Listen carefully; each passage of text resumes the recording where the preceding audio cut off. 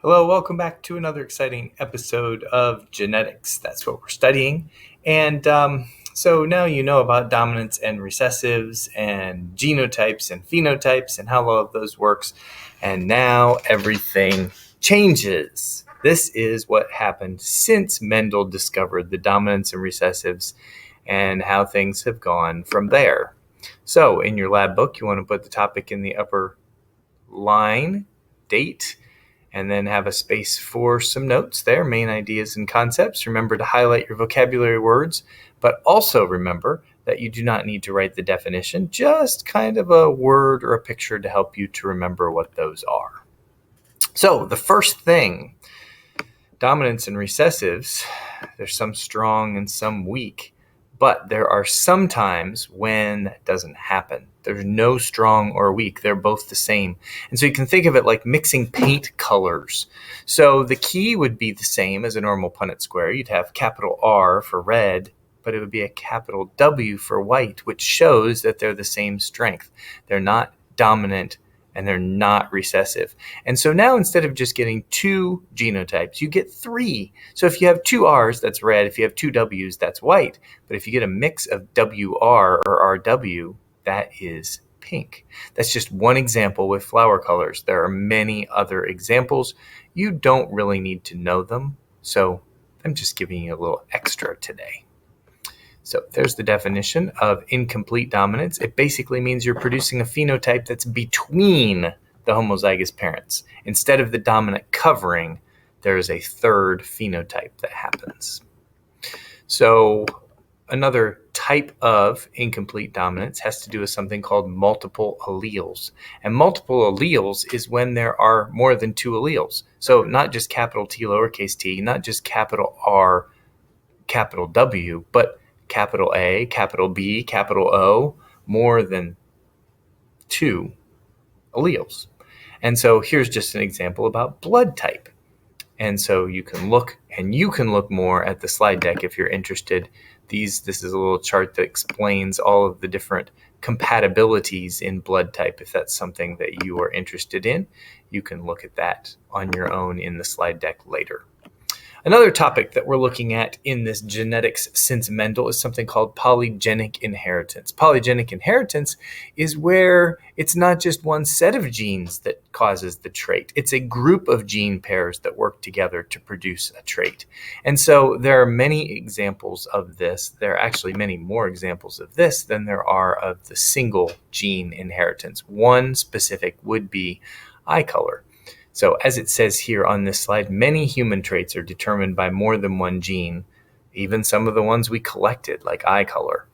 Punnett squares get bigger depending on the number of genes that get involved. So instead of 4 squares, now we have 16 squares, or 32 squares, or 64 squares. But don't worry, you'll get more of this in high school. But here's just a little example of eye color that you can look at and some of the possibilities or probabilities of having a specific eye color. Another thing that is important is gender. Gender determination. There's an X chromosome and there's a Y chromosome. And you can see in the picture in the upper corner, the X chromosome is longer. It has more information on it. The Y chromosome is shorter. These are the things that make things male and female. And there's only one Punnett square. It's XX times XY, and you end up getting 50% chance of getting a male and 50% chance of female. Because the X chromosome is longer and has more space on it, it can carry traits on it. So there are some traits that are called sex-linked traits. They're linked to the X chromosome. 3 examples that I have for you. One is something called red-green color blindness. If you look at the picture down here, this is one of the tests for being red-green colorblind. And if you can see something in there that's green, then you're not red-green colorblind. And if you can't, maybe you should have it checked out and see if you are colorblind. So these traits, 2 other ones, male pattern baldness and calico cats. So human traits as well as other animal traits. So these traits, if you'll notice, they get passed from the mother to their son because the father passes a Y chromosome, which is not an X chromosome, which can't carry the trait. The females with only one trait are known as carriers. and then they can pass it to their sons, and then their sons just hold it and pass it to their daughters, and then they pass it to their sons, and they pass it to their daughters, and you get how that works. And there's a Punnett square here showing, and again, it's not important that you understand this, just want to point it out to you as one other thing that has to do with genetics. So the biggest topic that we're looking at is something called genetic engineering. Genetic engineering is changing the arrangement of the DNA. So changing the code, changing the way things happen.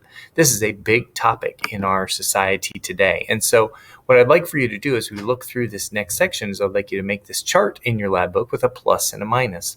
And so as we look through and as you read about these different examples of genetic engineering, I'd like you to either place them on the plus side, which means that you think it would be okay, you agree with doing something like that, or on the minus side, which says, this is not okay. I don't think it's okay for us as a society to do this with genes. So here we go. Are you ready? Here's the first topic that has to do with genetic engineering. Bringing back extinct organisms. Jurassic Park's an example. Is it a real movie? Is it based on reality? No. But it could be. We could find a mosquito that had bitten a dinosaur that was hidden in the amber inside and captured for millions of years, and then we find it and we put it together and turn it into a dinosaur. Possible, not likely, but it could happen. So that's one example. Would it be okay to use genetic engineering to bring back organisms that were extinct? Second thing, how about learning your genetic future? You might want to search this. There's a company called 23andMe. If you send them some saliva, they will send you a whole bunch of information about you. They will tell you where you've come from, your ancestry. They will tell you if you have any leanings towards any genetic diseases that might cause trouble in the future. It's, yes, learning your genetic future. Interesting idea, interesting concept. Do you want to know all the genetic things that might go wrong with you or might cause you trouble in the years to come? If you do, then 23andMe might be something for you to try. There's a video that we've watched sometimes. It's called Gattaca, and it's about a society that's based purely on genes. And this movie was made back a long time ago, but it's becoming more and more real as life goes on in terms of being able to choose the genetic traits of your kids, having your genes actually be more important than anything else that you do. So a few other examples. How about genetically modified animals? Here is a smooth chicken. They've actually made chickens without feathers. And a couple of reasons. One, they live in warmer places. And two, it cuts out the processing time. You do not need to remove the feathers before the chicken is processed. Another one is called gene therapy. Basically, gene therapy is where you insert genes into the body that go in and go into cells and they cause things to happen. Like, for instance, this is an example of a heart bypass gene. So instead of going in and cutting in through your sternum and into your rib cage to get to your heart, you just put this gene in and it causes your body to create this bypass that the doctor could have inserted by going in that way. Again, good, bad, where would you put it on your chart? Elephant eggs. So elephants have trouble reproducing, and so they use this idea of putting the elephant eggs in mice. And I know some of you right now are saying, what? Elephant eggs in mice? Elephant eggs are big and mice are just little teeny. But an elephant egg is the same size as a mouse egg. It's one cell. We're not talking about like chicken eggs, elephant eggs. We're talking about just the cellular level of eggs. So there are ways that we could help with reproduction by using other animals, other organisms to create new organisms. My favorite example, this one's a fun one. It's about fruit flies. They had some fruit flies and they were testing memory. And so they took some fruit flies and they put them in a little container, and the container had a place where the fruit flies would all land. Well, that container was a wire that could put an electrical charge through it. So they would insert some sort of scent. Maybe it was pine, maybe it was lemon, maybe it was orange. Who knows what the scent was? But they inserted a scent, and a few seconds later, they sent a charge through the place where all the fruit flies were sitting.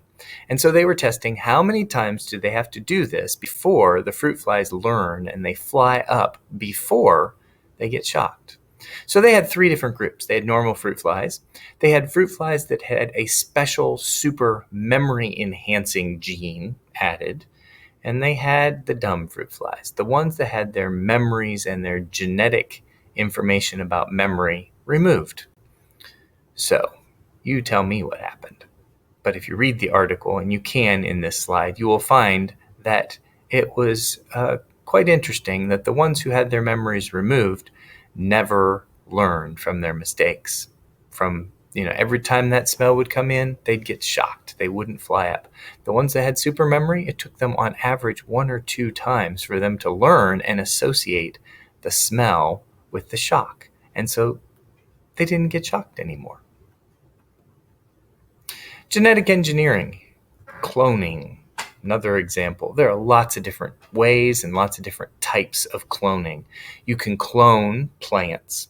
People have cloned plants for millions of years, thousands of years. As long as there's been plants, probably, people have cloned plants, where you basically cut off a piece of one plant and you put it in the ground and you make a new one. That's cloning of plants. You're taking and you're making the same plant again.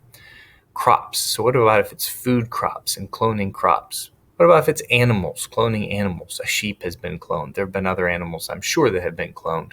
What if you had a favorite pet that you wanted to clone? Would that be okay? Would it still have the memories of you? Would it still be the same?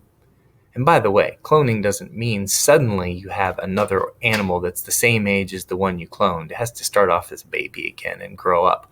But would you want that same pet that you had to come back again and live its life? How about organs? It's okay to clone hearts and lungs. What about brains? There's lots of different things that could be cloned as organs. And then, of course, the illegal thing, at least in the United States, it's illegal. Humans, cloning people. Another example of cloning. And because it's illegal doesn't mean you think it's right or wrong. You could still say, well, I think it would be a good idea. I think it would be interesting, but it's illegal. So that one's one that may be a no-brainer to put on the minus side. So those were a number of different issues that are found about genetic engineering and things that you could look into more things about genetic engineering if you'd like to find out more about it. But it's time for you now to come up with a little quiz for yourself. Come up with 3 to 5 questions that you could ask about genetic engineering. And then at the bottom of the page, if you understand everything, put I understood everything today. And if you didn't understand everything, or if you still have questions, then write down your questions and please send them to me or ask me so that I can make another video or get your questions answered. Sure glad there's not 2 of me.